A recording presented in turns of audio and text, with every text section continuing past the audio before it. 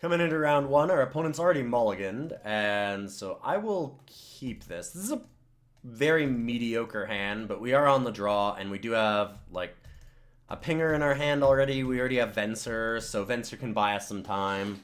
Just kind of throw our opponent off, get a little bit of tempo value. Seems good. We have both of our colors of mana, although I really didn't want to draw another land here. We're trying to not draw lands. That's the goal. The whole goal of keeping this hand is to not draw any more lands. That's the hope. What does our opponent have? And hope that our opponent doesn't have anything super powerful. Blue-black, Cabal Interrogator. Well, haha, joke's on our opponent. We have only lands in our hand. And so, I can also just kill this, square it away. They can't reveal a whole lot of cards. I mean, we just reveal 3 islands and laugh. Drawing another mountain there is was a very good strategy against this Cabal Interrogator. If we don't have anything useful in our hand, then we can't have it discarded. Always a solid play. It's possible that our opponent actually uses this on themselves to discard an important card and reanimate it. That is a way that you can use Cabal Interrogator. Because it says target player, not target opponent. You can target yourself and, like, get rid of Gristlebrand or something. See if that's what they're doing. I'm guessing that's not it, but you never know.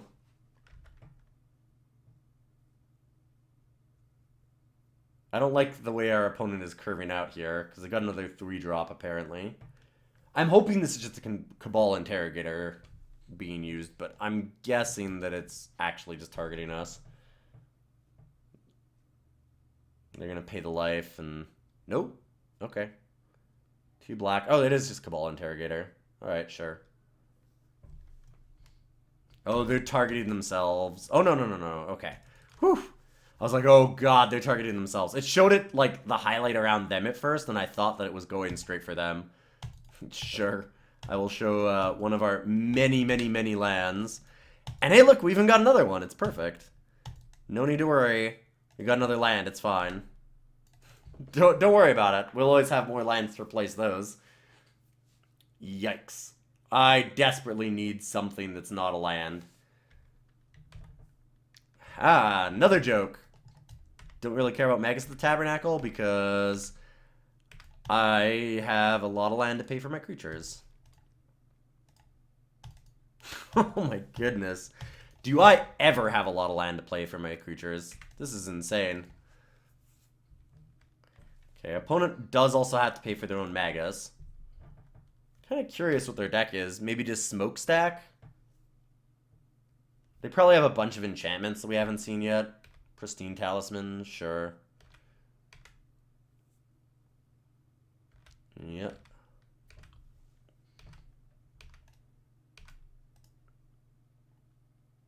I don't know that I want to do this yet. This is 1 and 1, like 1 to us and 1 to them. I think we just leave it. Okay, non-land. Hey, we did it. We're gonna attack with the Fire Slinger. And then once our opponent pays for the Magus of the Tabernacle, then we'll Venser it back to their hand, I think. Seems like the way to play it.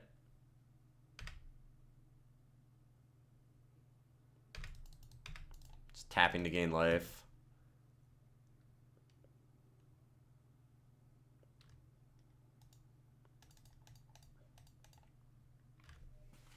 I'm gonna get rid of the Magus. Molten Birth is pretty bad in the Magus, but we'll see what we can do.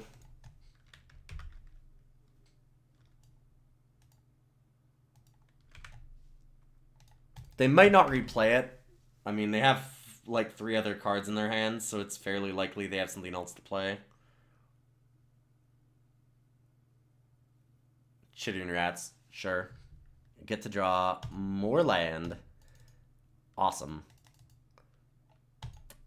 Let's just attack with the Venser.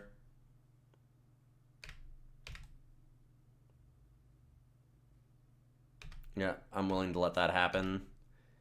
And maybe we'll win this flip. Tails never fails. Alright. I would say that our luck is not particularly strong this game so far. Just gonna throw that out there. Not to complain too much, but I don't think we've gotten super lucky yet. I mean, we have drawn one non-land card, so I guess that's kind of good. I guess. A Theomancer. Well, I mean, can ping snakes all day. I have to take the damage, though. Yeah, it's not really great. I have to pay 1 for each of my creatures. Just always yield to all these. Yes. And... yes. Oh, good, more land. Oh, man. This is pretty bad. This is pretty bad. How many lands have we drawn now, actually? 1, 2, 3, 4, 5, 6, 7, 8, 9, 10. So we have 10 lands and 3 spells. Yeah, we might be having a bit of bad luck here. This is why you don't run 24 lands in your draft decks. That must be the explanation. I must have misclicked. Instead of like 17, we're running 24 or 27. Something like that. Apparently it's somewhere near there. Attacking with Theomancer. Yeah, I'll definitely block that. Let's double block.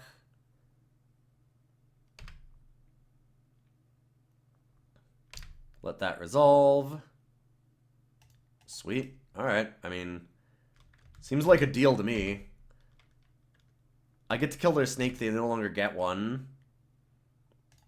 And we don't have to deal with the Theomancer anymore. Well, Preferos would have been nice with that Molten Birth earlier. It's still good. It's not, like, terrible. I'll just attack. I don't really want to ping myself here. Our opponent's gaining a lot of life. Oh, I should have used Preferos' ability. I totally forget about that sometimes. I could have paid 3 to give it +1/+0.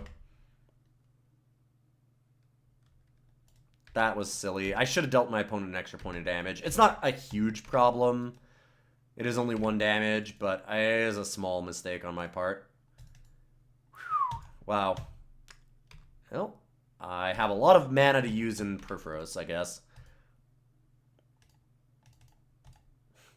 That's the way to look at this. Upside, I have a lot of mana for the Perforos. 3 damage. Bam. Get him. Opponent's finally under 20 again. So I guess that's a thing.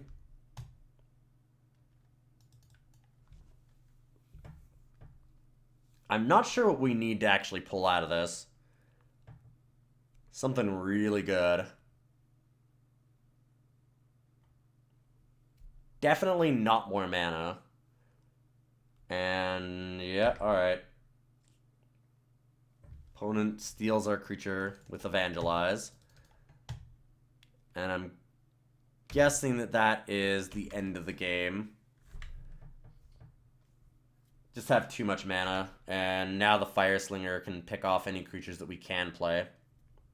Like, for example, Razorfin Hunter. Okay. Well, I'll play another land and pass the turn, I guess. There's not much point in playing into Fire Slinger here. Not until I can actually use the Perforos damage against my opponent. But I mean, they're at 20 life. It's very unlikely that it matters. And they can just Evangelize the Razorfin or Fire Slinger it down. Like, there's no reason to put it out there.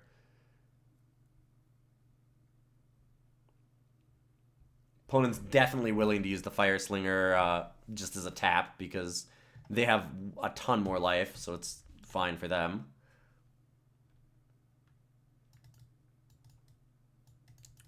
Alright, I'm willing to call this a game. At this point, we just had way too much mana at the start of that. I mean, we drew 12 cards and only 4 spells at the beginning. Like 12 land and 4 spells is not a realistic winning hand. Nothing we can do about that. And we weren't getting anywhere anytime soon. We were taking a ton of damage. Bouncing Revelark doesn't do what you want, because Revelark's ability triggers when it comes into play. Or not when it, sorry, when it leaves play. And so bouncing it's really bad. Doesn't do anything. Okay. Do I want to change anything against his opponent? I don't know that I like... I don't think the bouncing was particularly important against them. Propaganda's okay, but not amazing. They're attacking with, like, a lot of small creatures. Sorry, they're not attacking with a lot of small creatures. They're attacking, like, 1 or 2 creatures. And it seems like they have a lot of mana ramp with, like, Gilded Lotus and Pristine Talisman. So that just seems like a bad idea. So I think I'm just going to send it back. And maybe we draw slightly better than we did. Ugh. This is very awkward, because we don't have any blue mana. Being said, if we do draw it, then it's good, so I'm going to keep it. And I mean, Basilisk Collar plus Sparksmith is insane. Basilisk Collar in general is probably the most important card in our deck. It's really hard to drop any hand that has lands and a Basilisk Collar just because of that. And this one has lands and a pinger with the Basilisk Collar, so I should be fine with that. Opponent contemplating a mulligan again, which is a nice sign. Maybe they'll have a spot of bad luck here. We know that we had our fair share. Jam the collar, and hopefully this Sparksmith doesn't get killed right away, because that can take over a game very fast. It's too bad that it only deals damage to creatures and not to players, but we'll make it work. It's equip 2. Okay. So next turn I equip, hopefully draw some islands, because now we have Willbreaker, which is double blue. Just making our hand a lot more awkward. Because we're still in a lot of trouble if we don't draw an island here. If we don't draw some kind of blue source, then this game is... It'll go south very quickly. They'll find some way to answer Sparksmith eventually. Or just go around it or over the top of it or something. Kill us with enchantments. Tokens. They'll have something. I feel like that's a creature that they just can't play into this Sparksmith that just kills anything. I'll attack. Maybe it's Snapcaster Mage. That'd be really bad. Okay, good. Like, I hope that it's not. Play the Weaver. And then we have one more turn to draw land before we start getting into a lot of trouble. Oh, we would really like it to be an island.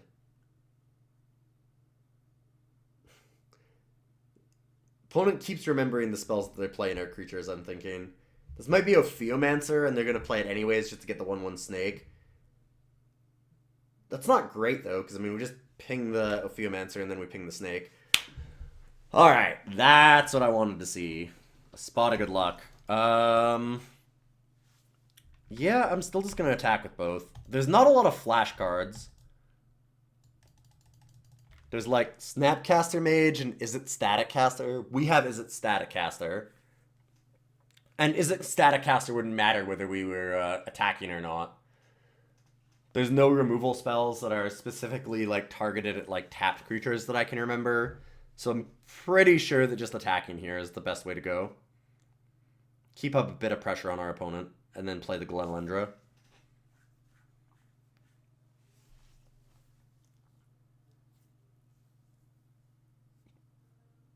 Maybe they have something to respond with, though. No, alright. They were really deep in the tank there for a moment. Might have just had something outside of the game bugging them. Yeah, it looks like it. Because now they're just F6'd for the turn. One more land would be perfect. It doesn't need to be an island, but it would be preferable. Because then we can get Willbreaker online. And we also get the double activation of Glenlendra. Okay, I mean, that's fine. I'll just put Willbreaker back on top. And now I'm going to equip the Basilisk Collar to the Sparksmith. Because I want to hold up Glenelendra. I could have used Flametongue Kavu, but it's so much better to hold Glenelendra Archmage up. I want to do that for the rest of the game. And the Death Touch lifelink on Sparksmith is gross. Yeah, alright. Got there. It was a while until we were drawing land. So there was certainly a chance that, without the Glenelendra, I think that they had a real chance of getting back in there. Like, if we'd have just drawn another mountain, God, we would have been in a lot of trouble, I think. Definitely could have been. Because, like, another 3 turns of not doing anything important is bad. Okay, so our opponent just could not beat Basilisk Caller there. So that's our goal. Draw Basilisk Caller. Draw not 12 lands, and draw Basilisk Caller. So those are our 2 goals. We learned one thing in game 1, which is draw less lands. And then we learned another thing in game 2, which is, you know, get Basilisk Caller. Perfect. We can definitely build our deck around that. I really wish that we had a Trinket Mage, though, like, not joking aside, because Trinket Mage is A, a wizard, so it works with a lot of different cards in our deck, and B, it gets Basilisk Caller, and second copies of Basilisk Caller are not to be underestimated. As you can tell, like, our opponent just kept tapping mana, and I'm positive every time they were just tapping mana, they were sitting there with a, like, creature in their hand going, like, well, I can play... this one doesn't die to Spark. Oh, wait, no, Basilisk Caller. Like, every time. You always sit there and you go like, well, maybe I can play this because it won't die. Oh, no, Basilisk Caller. It does die. Like, you always think like, well, it'll survive the 1 damage to my creature. And then you remember that, no, it doesn't because of the Death Touch. And it's just frustrating. So I'm thinking they had a bunch of things they just couldn't do anything with because we just kill anything. Opponent deciding whether or not to play first. I think our opponent is slightly distracted. We are in the single elimination cube because I just prefer to not have to play against mirror matches and stuff like that when you're playing cube. Cube is designed to be a singleton format, so like only one card is available to anybody in the cube. You can't ever see the same card across the table from you, which is really nice, like besides basic land. And I've always really liked that about cube. That being like said, you can't really do leagues then, because leagues you can play against anybody and you can like have a face-off with like our blue-red pinger deck versus another blue-red pinger deck, and that, to me, that just feels really bad. It doesn't feel right for a cube. This is a good hand. I like this. It's very similar to that first one that we had, Razorfin Hunter and Venser. It's exactly what we had the first time, but we have 1 less land this time, and it is a draw spell, so here's hoping that this time, when we draw our cards, we don't draw all lands. Executioner's Capsule. That is a card. It's going to play the island first, even though we have Chain Lightning, because we're not... It's a sorcery. We can't play it at instant speed. We don't need to use it right away. Get down the Razorfin Hunter. If they want to use Executioner's Capsule on the Razorfin, then let them do it. They have to tap the mana, and it's an important creature, but not, you know, the only creature that we have like that. We don't even have a Basilisk Caller yet anyways. So I'm fine without it. Oh, they'll Flushbag Marauder it away. Sure. This time, just pass. Hopefully they play something with 1 toughness and Izzet Staticaster just gets it. Alright, I'll Staticaster in.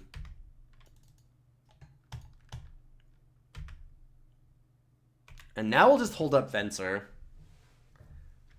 Staticaster unfortunately can't deal damage to players, it's only damage to creatures. And it can attack, because it's a 0/3. I mean, technically it can attack, but it doesn't do anything. Better just leave it back. What is this? Gilded Lotus. Nah. I don't think our opponent actually wanted that.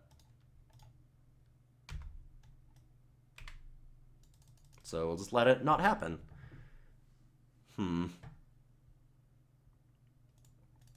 Another land kind of sucks, but we'll just deep analysis and hope to get something sweet. Come on, Basilisk Caller? That'll make them kill the Staticaster.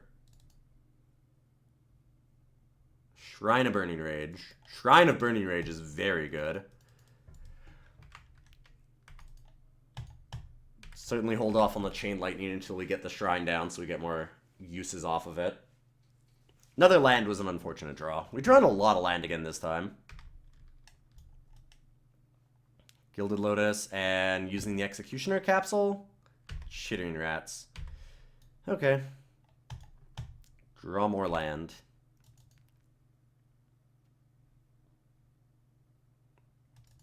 Let's play Shrine.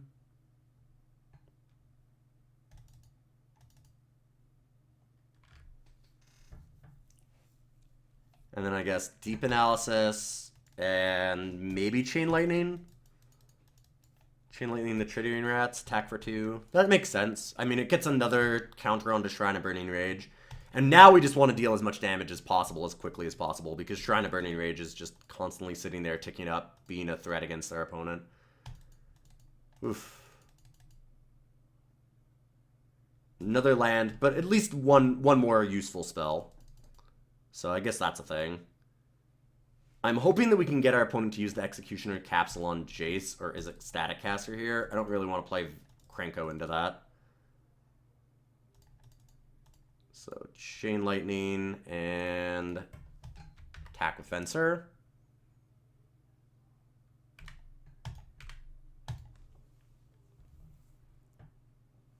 Hoping we can keep up some pressure here. That's a lot of land. I'm hoping that we draw a bunch of non-lands in a row now. And I have very little gas in my hand. Like, we've only drawn 6 spells and another 10 land again. 9 land, I guess. 10 simply because our opponent Chittering Rats us, which they're going to do again. Ugh. Yeah, that is very annoying. I will admit, that is a pain. It doesn't help when we're flooded. If we weren't flooded here, like, we have so many cards in our hand that normally wouldn't matter, but because we've drawn, like, all land again, it's just exacerbating our problems. Super frustrating. And I guess we just pass here, let the Karmic Guide stand. I can't play the Krenko into the Executioner's Capsule, it just doesn't make any sense. So we'll just pass. Hope to draw some of those non-lands that we have. And hope our opponent can't use Chittering Rats again.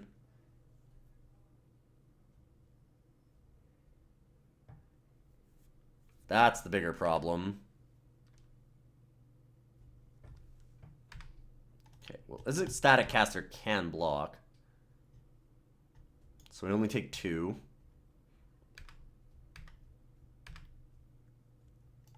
And hopefully attack back.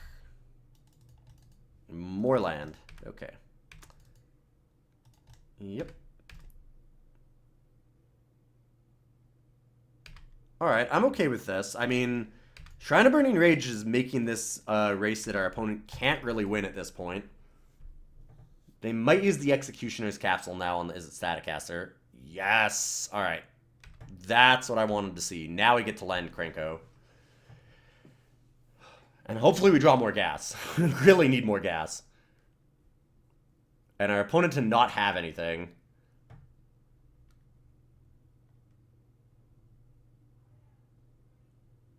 If I have to, I can use Shrine of Burning Rage on one of their creatures. That's a really last-ditch effort, though. Oh, they have 3 cards in hand. Like, they're gonna have some really good cards. Yeah, there's Oblivion Ring. Well, if they target the Shrine of Burning Rage, then I just use it on Karmic Guide. Because I don't have another way to get rid of Shrine, like, to get rid of the Oblivion Ring and get back Shrine. Plus, it gets a lot more useless. Shambling Vent, yep. And we are getting hammered again. I really need some non-lands. That is good. So, attack with Venser, kill the Chittering Rats, and get in with... and then play Krenko. Yep.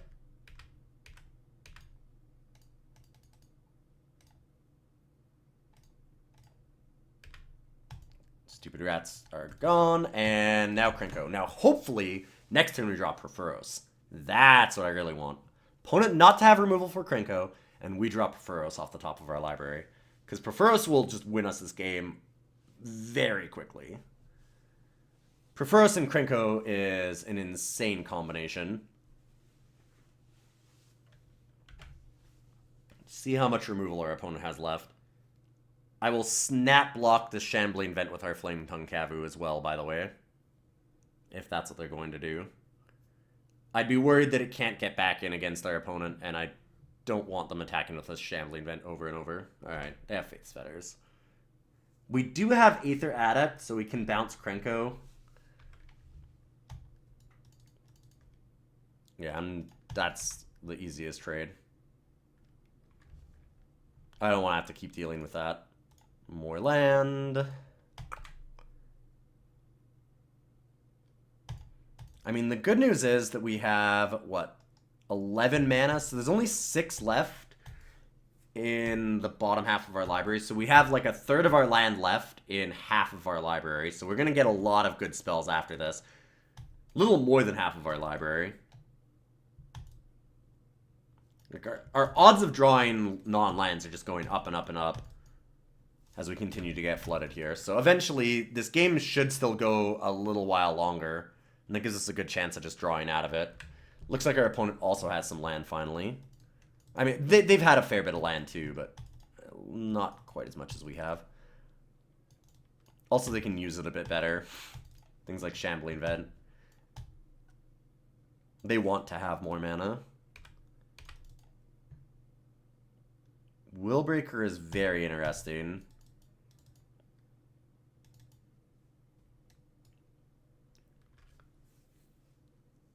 Doesn't do a whole lot yet, but we might be able to use it for some value soon. Uh-oh.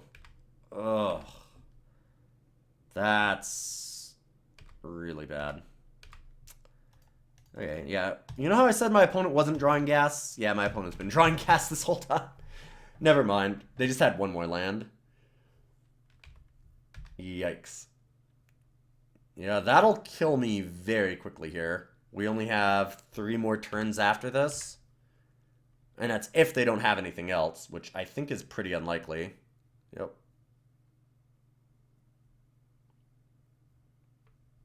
Because even though they have a lot less land than us, they have, like, the average amount of land that you'd have here.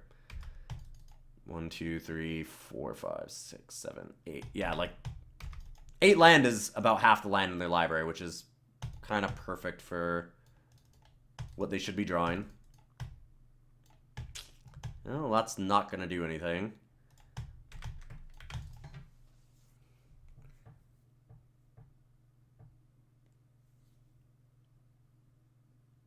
We're in for some rough times. So we have 2 turns left. Possibly less.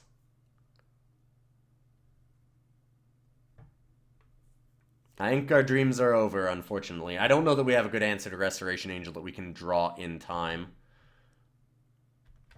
And our opponent continues to draw gas off the top of their library, which is really not helping things. We're drawing more and more dead cards, and our opponent keeps drawing really, really solid playables. Pillory, Affuomancer, Restoration Angel. Like, they're just jamming here. There's not much that I can do about that.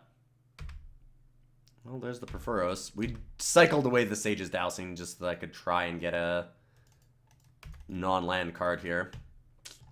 Alright, well, that will do it. We drew another land. I mean, Perforos is a card, but not what we needed at all. And I mean, another land is just silly. So much mana, both of those games. That was pretty decent. I think that our deck was fine. We just drew really badly again. We had some tough draws. There was a couple of moments where, like, if we'd drawn gas for around Shrine of Burning Rage, I felt like we could have done something. But, I mean, our opponent drew just a lot more spells than us. It's hard to win games when you draw a lot less spells than your opponent. We drew 4 more cards, but like the 4 cards that we drew are basically all just blanked by how much extra land that we have. Like using the deep analysis helped, but every time we used deep analysis, we drew at least 1 land, and that just kind of buried us under not being able to do anything. Like when the chittering rats really also, like I said, exacerbated that, which it's good at. Like that's the reason why you play that card. Chittering rats is a very frustrating card to play against. It really exacerbates either mana screw or mana flood, and lucky for our opponent, we were flooded both times they had the chittering rats, so it did exactly its job and just really, really punished us hard both times. But that was interesting. I feel like this deck could have gone a little bit further. It was an interesting build of it. I liked a lot of the cards we had, like Krenko plus Perforos. We had a lot of cool interactions with like Willbreaker and Wizards, and then just a ton of good pingers in the Basilisk Collar. So we had a lot of neat little combos that went into the deck, and I think that's where you want to be with this deck. You want to have a lot of those synergies working together, because it doesn't take a lot of your deck to play a bunch of pingers and like a Basilisk Collar, which is all you really need to do. You can play like 3 pingers, a Basilisk Collar, and you're a pinger deck. And then the rest of your deck can be, it can be tokens and Perforos, it can be wizards, it can be a lot of different things. You can do a bunch of different stuff with that kind of a build. And so I really like the pingers for that because it's got a lot of flexibility. But this is a fun one, and I hope you guys enjoyed it. I will be back next week with a little bit more Kaladesh, and then pretty soon we're moving on to Aether Revolt. So I'll see you for that, and thanks everybody for watching. If you like the Full Force episodes and you want to vote in what we're going to be drafting next week, you can always check me out on Twitter. It's at IlyonMTG. And always check out all the articles and stuff that I have on Newmont Gaming. I really appreciate all the views and everything you guys give me. Ooh, so we have another Disappearing Act to return things. We have a Propeller Pioneer that we could just constantly rebuy. But we also have the Aether Squall Ancient. And hey, if we're gonna bounce things, that is the ultimate way to bounce things, isn't it?